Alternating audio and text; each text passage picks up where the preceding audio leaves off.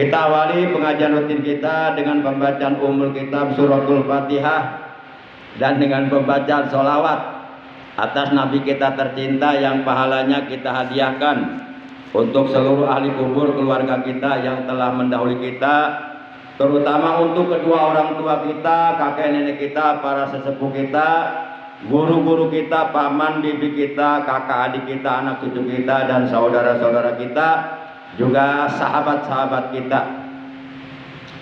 Sekaligus kita bermunajat kepada Allah Azza wa Jalla Jalla Jalaluhu, semoga dengan barokah, karomah, mujizat, kemuliaan dan keagungan dari surah Al-Fatihah sebagai Ummul Quran dan barokah dari bacaan sholawat atas kekasihnya Allah, apabila ada di antara anggota keluarga kita ataupun saudara kita ataupun jamaah kita ataupun guru kita ataupun murid kita, sahabat kita yang saat ini sedang dalam keadaan sakit, kita doakan semoga yang sedang sakit, baik sakit zahirnya maupun sakit batinnya, sakit pikirannya maupun sakit hatinya, terutama sakit dalam hal menjalankan ibadahnya kepada Allah, banyak gangguan, tidak lancar, kita doakan semoga yang sedang sakit lekas disembuhkan dari sakitnya dan diberikan kesehatan yang barokah, yaitu kesehatan yang selalu digunakannya untuk beribadah kepada Allah, untuk beramal soleh, untuk berbuat baik secara istiqamah. Betil ganiyatil Fatihah. A'udzu billahi minasyaitonir rajim. Bismillahirrahmanirrahim. Alhamdulillahi rabbil alamin. Ar-Rahmanir Rahim. Maliki yaumiddin. Iyyaka na'budu wa iyyaka nasta'in. Ihdinas siratal mustaqim. Siratal ladzina an'amta 'alaihim ghairil maghdubi 'alaihim waladdallin. Rabbighfir lana, kebalik. Rabbighfir lana, amin. Ya Nabi salam alaika, ya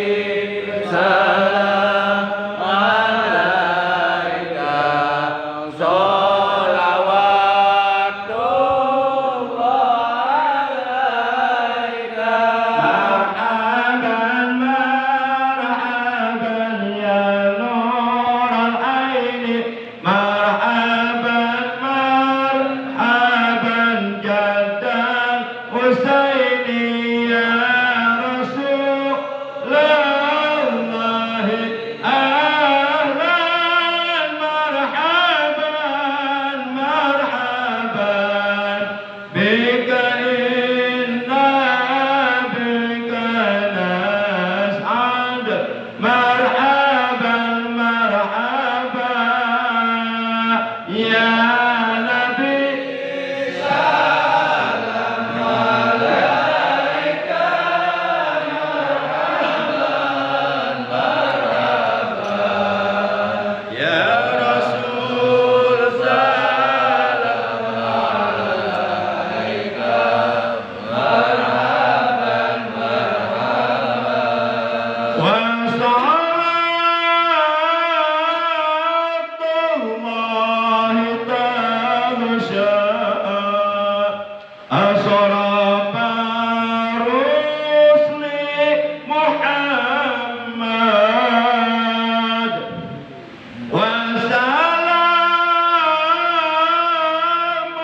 mustamirun qul ini yatajadad sallallahu ala Muhammad marhaban sallallahu alaihi wasallam marhaban sallallahu ala Muhammad marhaban ya Rabbi salli alaihi wasallim marhaban Allahumma salli wa sallim wa barik alaihi wa ala alihi wa sahbihi. Ma'asyiral muslimin rahimakumullah wa hadakumullah. Rasulullah sallallahu alaihi wasallam beliau pernah bersabda, "Inna anjakum yaumal qiyamati min ahwaliha wa mawatiniha aksarukum alayya sholatan." Kata beliau, sesungguhnya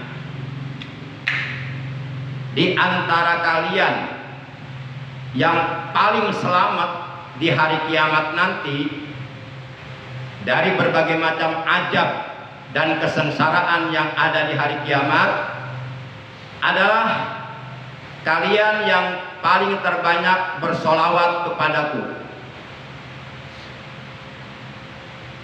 dan memperbanyak membaca solawat kepada Rasulullah Shallallahu Alaihi Wasallam. Itu adalah merupakan alamatul hubbi li Rasulillah Shallallahu Alaihi Wasallam. Itu adalah merupakan tanda atau ciri cinta kepada Nabi Agung, Nabi besar Muhammad Shallallahu Alaihi Wasallam. Jadi tandanya orang yang cinta kepada Nabi, ia banyak membaca sholawat kepada Nabi, banyak menyebut nama Nabi di dalam bacaan sholawat. Jadi man ahabba say'an aksara min dzikrihi. Barang siapa mencintai sesuatu, tentu ia akan lebih banyak menyebut yang ia cintai. Kalaulah kita mencintai Nabi, maka sudah barang tentu kita harus banyak menyebut nama Nabi dalam bacaan sholawat. Karena setiap kali kita bersolawat, di situ nama Nabi pasti disebut.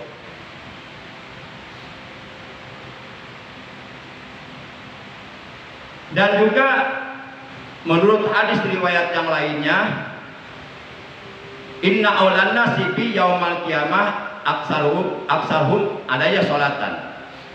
Sesungguhnya manusia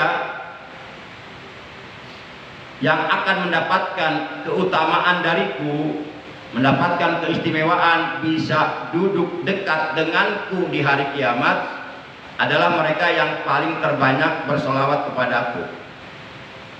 Ciri cinta kepada Nabi, cirinya cinta kepada Rasulullah adalah kita memperbanyak membaca sholawat kepada beliau. Dan adapun cirinya cinta kepada Allah adalah kita memperbanyak menyebut nama Allah, yakni memperbanyak berzikir kepada Allah Subhanahu wa Ta'ala. Jadi kapanpun, dimanapun, dalam keadaan bagaimanapun, dalam situasi kondisi apapun, baik sedang sendirian, tidak ada orang lain, maupun di tempat ramai banyak orang, hendaknya lah kita selalu bersolawat kepada Nabi dan selalu berzikir mengingat Allah. Alamatu hubbillah, hubbu dzikrillah. Wa alamatu hubbi li Rasulillah, yaitu kasratus sholawat alaih. Tandanya orang yang cinta kepada Allah, ia suka berzikir kepada Allah.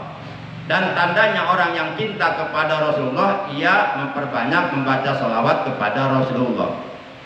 Para jamaah yang dimuliakan oleh Allah Subhanahu wa Ta'ala. Dan membaca sholawat yang paling afdol di hari Jumat, diterangkan dalam sebuah hadis an Aus bin Aus radhiyallahu ta'ala anhu qala Qala Rasulullah sallallahu alaihi wasallam, inna min afdali ayyamikum yaumul jum'ah. Fa'aksiru alayya minas salati fihi. Fa inna salatakum ma'rudatun alayya. Rawahu Abu Daud.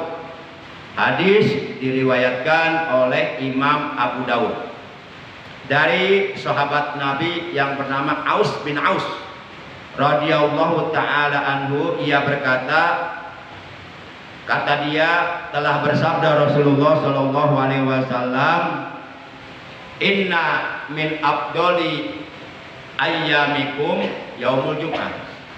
Sesungguhnya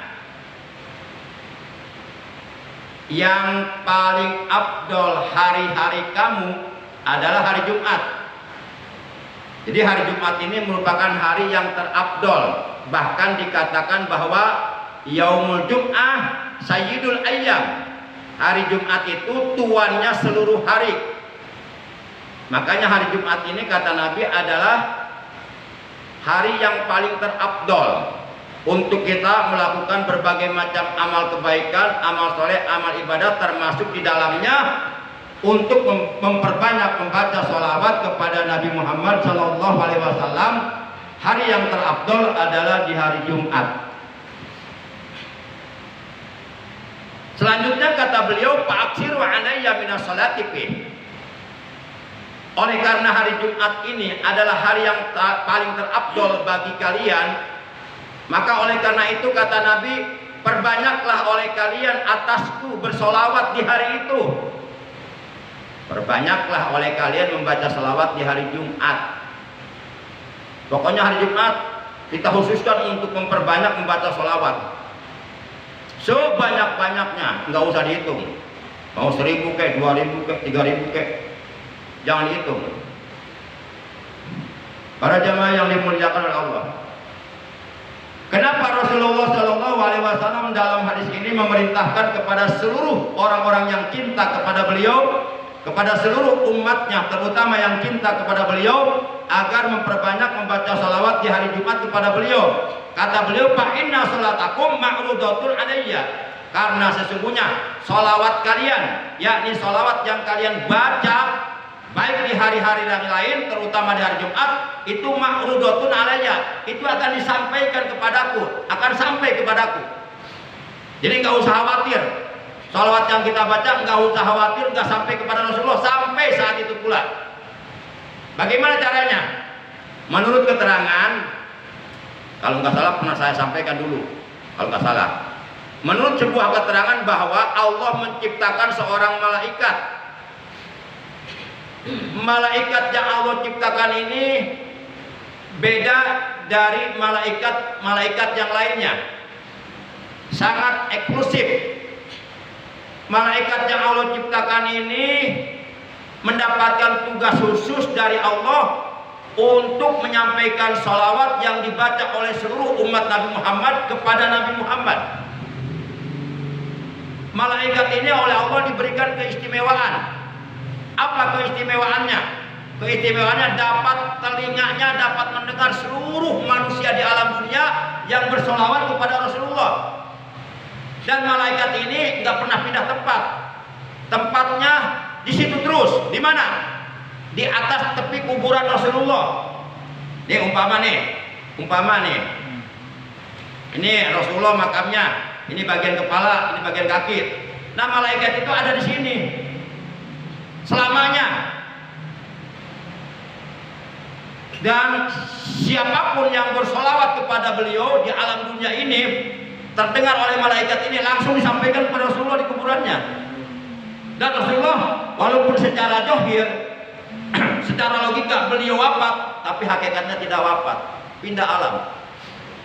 Karena orang yang sudah mati begitu masuk alam kubur, ditinggalkan oleh keluarganya 7 langkah, dihidupkan kembali, ditanya oleh malaikat munkar nakir, kalau dia hamba yang soleh, maka ditidurkan oleh Allah seperti tidurnya pengantin baru sampai datangnya hari kiamat.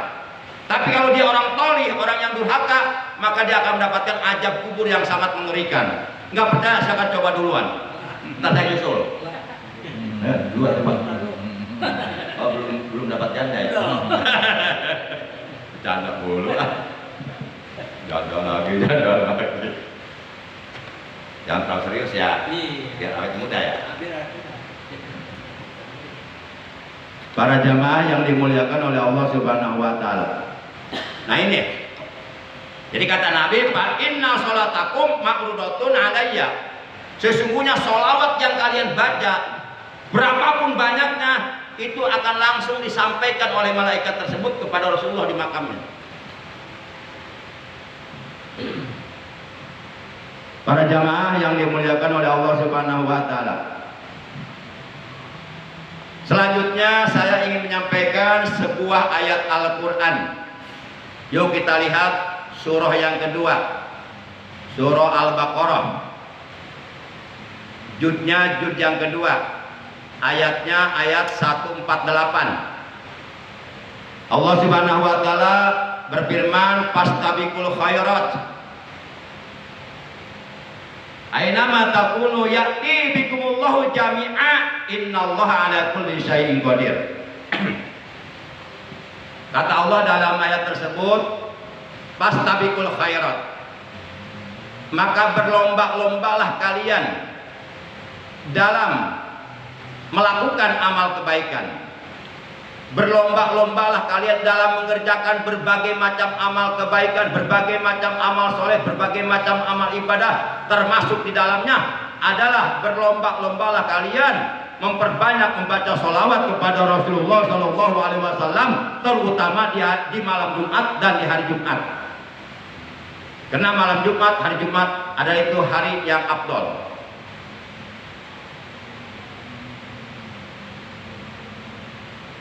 Di mana saja kamu berada, kata Allah, ainama takunu. Di mana saja kamu berada, itu kata Allah. Kalau kata orang Inggris, wherever you are. Dilawan. Wherever you are, where to God or Allah Subhanahu wa taala in the last day. Nonton. Ngerti? Di mana saja kamu berada, kata Allah, ainama takunu ya'ti bikumullahu jami'ah. Pasti Allah akan mengumpulkan kalian nanti di hari kiamat. Ketika alam dunia sudah hancur, alam dunia sudah tidak ada lagi. 40 kemudian, boleh jadi 40 hari kemudian, boleh jadi 40 minggu kemudian, boleh jadi 40 bulan kemudian, boleh jadi 40 tahun kemudian. Di hadisnya tidak dijelaskan secara detail, cuma dalam hadis dikatakan 40 kemudian. Ketika Abu Hurairah ditanya, itu maksudnya 40 apa? Apa 40 hari, 40 minggu, 40 bulan, 40 tahun? Abu Hurairah menjawab, apa itu? Apa itu? Apa itu? Aku juga nggak ngerti. Yang jelas angka 40 aja. 40 kemudian, manusia yang sudah mati semuanya oleh Allah akan dihidupkan kembali, dibangkitkan kembali dari kuburannya masing-masing. Kemudian mereka dihalau oleh Allah, digiring oleh Allah, dan dikumpulkan oleh Allah di padang mahsyar. Untuk apa? Untuk dihisab amalnya. Dan ini pasti akan kita alami. Kata Allah, ainama takunu ya'ti bikumullahu jami'ah. Di mana saja kamu berada, di mana saja kamu matinya, mau di lautan, mau mati terbakar, mau di dalam tanah, dimanapun kamu berada, pasti kamu akan dikumpulkan oleh Allah di hari kiamat. Bagi Allah sangat mudah menghidupkan kembali orang yang sudah mati. Nabi Adam saja tadinya nggak ada, oleh Allah diadakan, jadi ada. Allah Maha Kuasa atas segala sesuatu.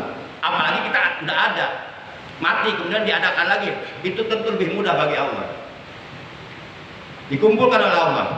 Innallaha ala kulli syai'in qadir. Sesungguhnya Allah Maha Kuasa atas segala sesuatu. Apapun yang Allah kehendaki pasti akan terjadi. Tidak ada seorang makhluk pun bisa menghalangi kehendak Allah. Dan apapun yang tidak dikehendaki oleh Allah tidak akan pernah terjadi, walaupun seluruh manusia bersama-sama untuk mewujudkan hal tersebut. Kalau Allah tidak berkehendak, tidak akan terjadi. Para jamaah yang dimuliakan oleh Allah Subhanahu wa taala. Nah, kita dalam ayat ini kita diperintahkan untuk berlomba-lomba mengerjakan amal kebaikan. Termasuk di dalamnya adalah satu, berlomba-lomba memperbanyak membaca sholawat kepada Rasulullah Shallallahu Alaihi Wasallam, kekasihnya Allah, manusia yang paling dekat kepada Allah, manusia yang paling sangat dicintai oleh Allah. Kita dekati manusia yang dekat kepada Allah supaya kita bisa dekat juga kepada Allah. Kita cintai manusia yang paling dicintai oleh Allah supaya kita pun mendapatkan kecintaan Allah. Para jamaah yang dimuliakan oleh Allah. Yang kedua, berlomba-lomba di hari Jumat untuk lebih dulu datang ke masjid dalam rangka akan melaksanakan kewajiban sholat Jumat. Ada diterangkan dalam sebuah hadis yang diriwayatkan oleh Imam Bukhari dan Imam Muslim. Ini dua imam ini dua-duanya ulama besar ahli hadis. Hafal hadisnya jutaan. Bukan puluhan lagi, bukan ratusan lagi, bukan ribuan lagi, jutaan hadis hafal. Imam Bukhari terkenal dengan kitab karangannya, kitab Sahih Bukhari. Kemudian kitab Sahih Bukhari ini disyarahkan oleh Syekh Ibnu Hajar Al-Haytami menjadi 30 juz. Tebal kitabnya segini nih. Harganya sekarang bisa jadi 10 juta kitabnya. Masya Allah, sehat. Dan kitab tersebut di Indonesia langka, adanya di Timur Tengah, di kota Mekah. Demikian pula Imam Muslim, itu ulama besar ahli hadis. Hadis yang diriwayatkan oleh Imam Bukhari dan Imam Muslim itu hadis sahih. Imam Muslim pun dia ngarang kitab namanya kitab Sahih Muslim.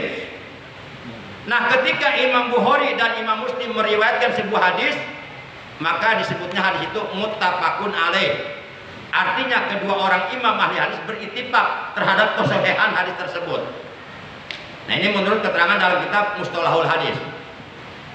Nah, hadis diriwayatkan oleh Imam Bukhari dan Imam Muslim an Abi Hurairah radhiyallahu anhu anna Rasulullah sallallahu alaihi wasallam qala man iktasala yaumal jum'ah ghusla janabati summa raha maka annama qarraba badanatan.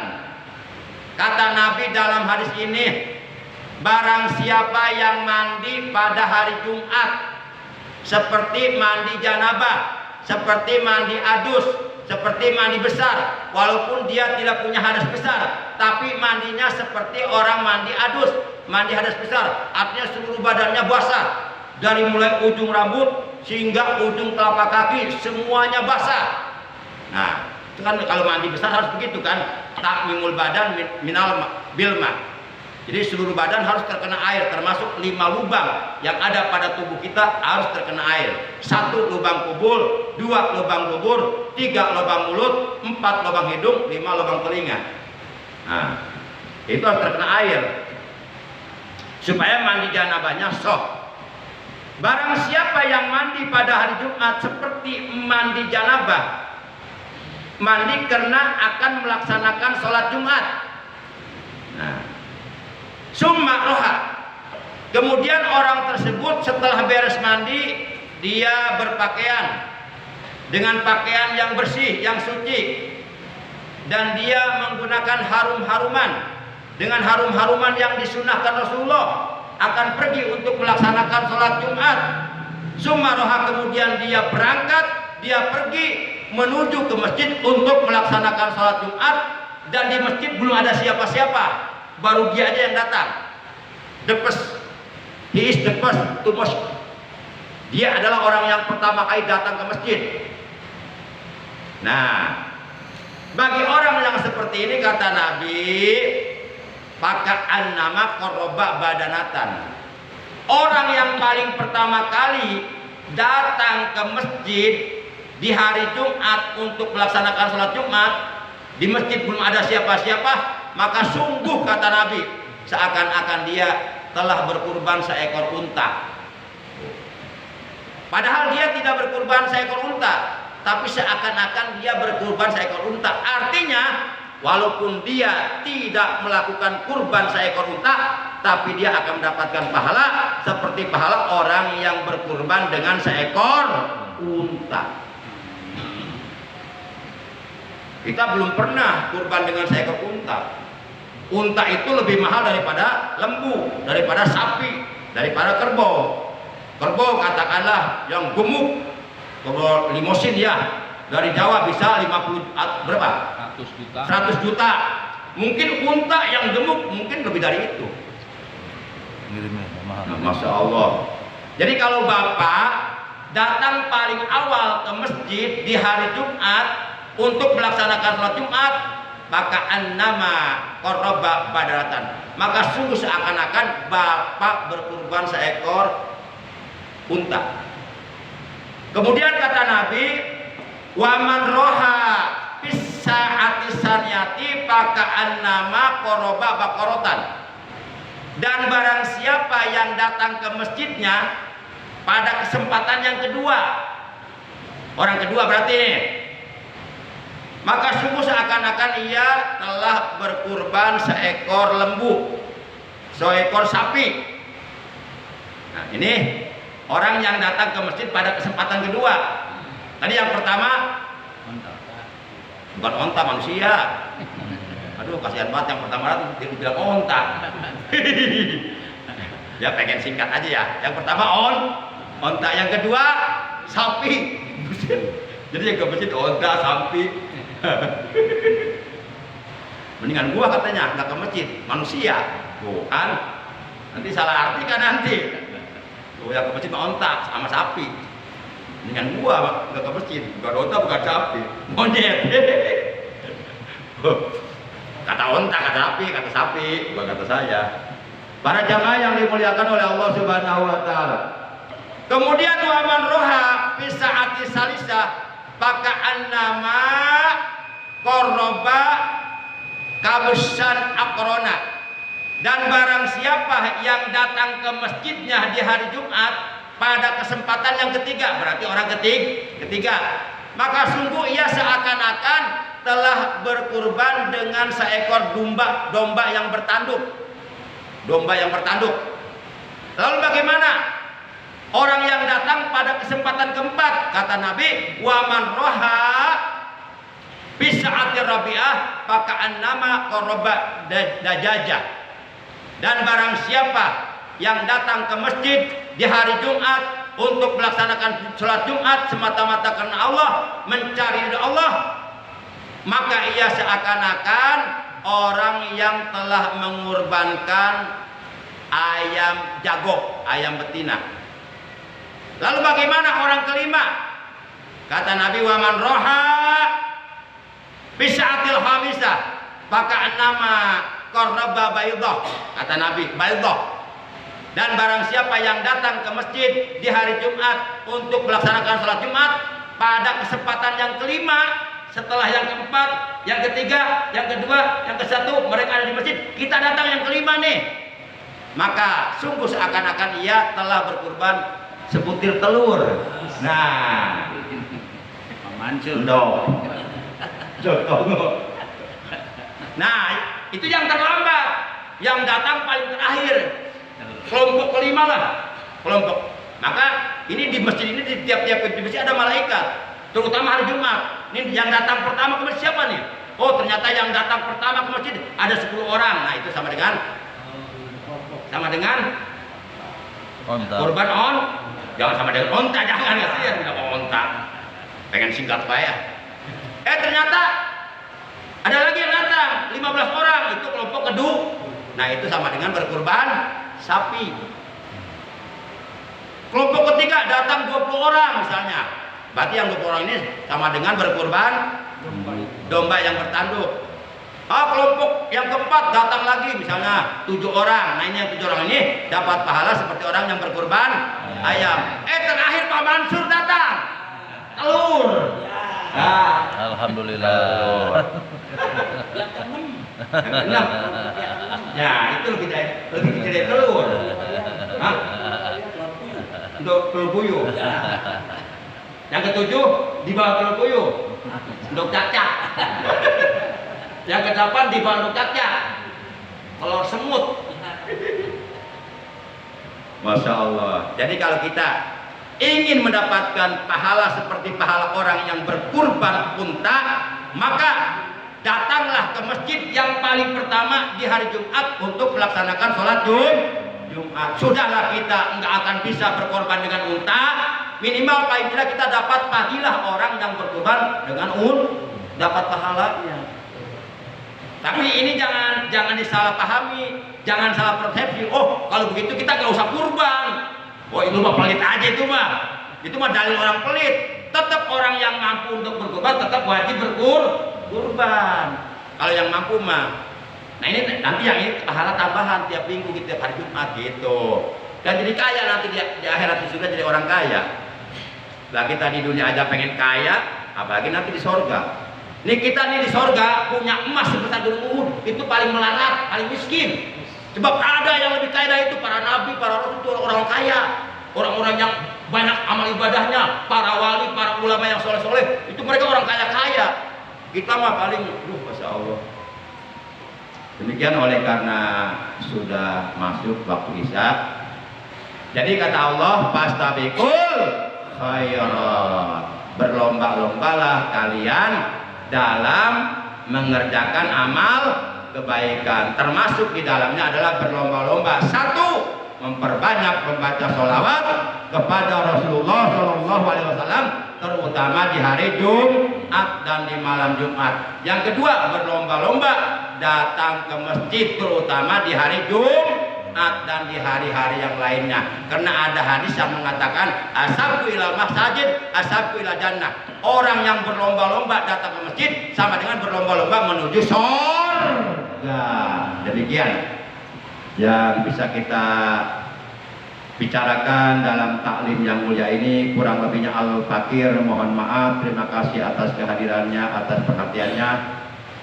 Mohon maaf juga kalau umpama terdapat kata-kata yang kurang berkenan, yang kurang kurang tata, kurang titik, kurang tutup kalau kata orang Sunda ya. Sud masofa wadak majadar, kata Nabi, ambil yang bermanfaatnya, ambil yang baiknya, campakkan, tinggalkan yang tidak baiknya. Yang baiknya, yang benarnya itu semata-mata datang dari Allah dan Rasulnya. Kalau umpama ada yang tidak baik, itu semata-mata datang dari kehilapan manusia biasa. Demikian akhirnya mari kita tutup taklim kita pada malam ini dengan ucapan hamdalah. Alhamdulillahirabbil alamin. Subhanakallahumma wa bihamdika asyhadu an la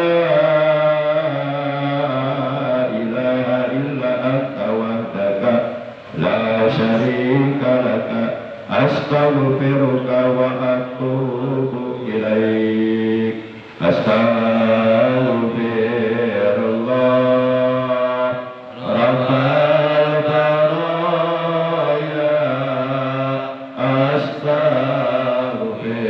Astaghfirullah minal khataya. Astaghfirullah Rabbal baraya. Astaghfirullah minal khataya. Rabbana zidna ilman nafi'an ma'al hidayah wal barakah.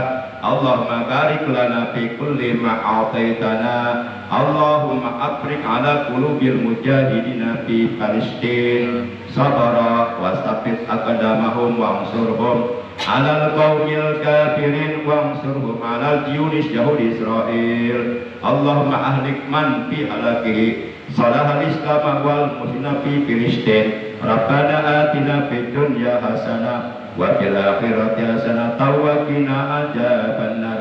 Wa sallallahu ala sayyidina Muhammadin wa ala alihi wa sahbihi wa baraka wa sallam.